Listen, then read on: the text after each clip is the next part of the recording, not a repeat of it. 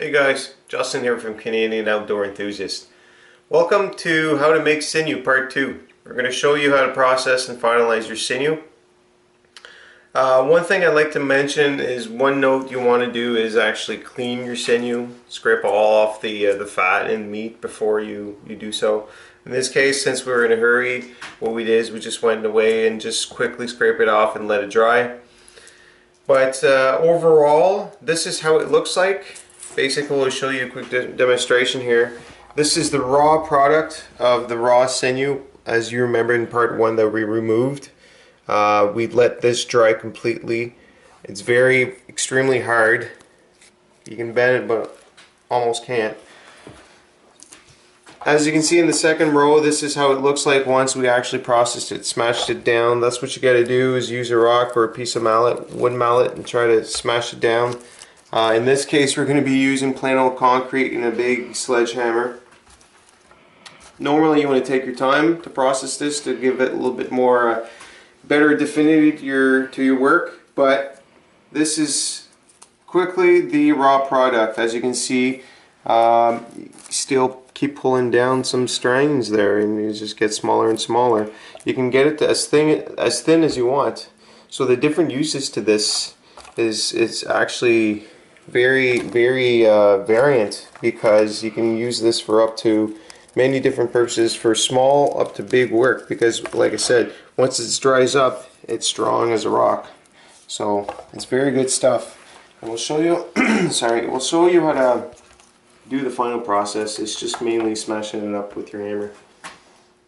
Okay, so now we're going to process the sinew, the dried sinew that is. We're just going to plainly use this mallet and concrete.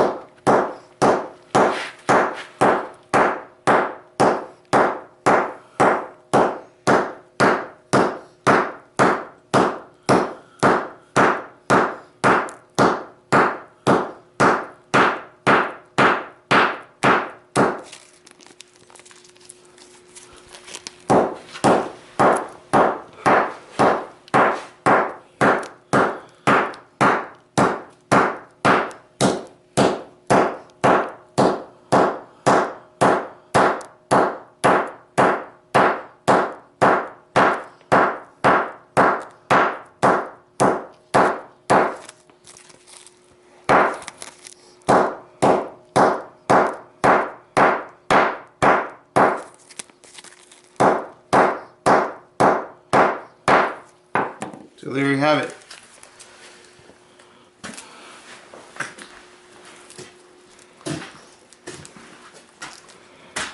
Once you've gotten that smashed down, you can see here it actually breaks up a lot easier. What you want to do is really up to you. You cut it to the size for what you need.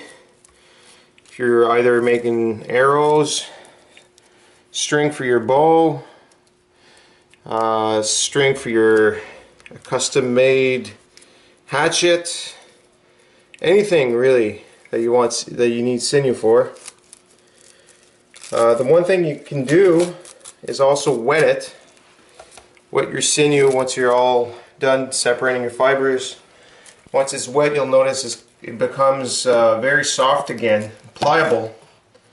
So once it's pliable again, then you can braid it if you need to. By braiding it, you're actually increasing the tensile strength by at least like 3 times at least. So you can cut this stuff as thin as you need to, even thinnest for sewing.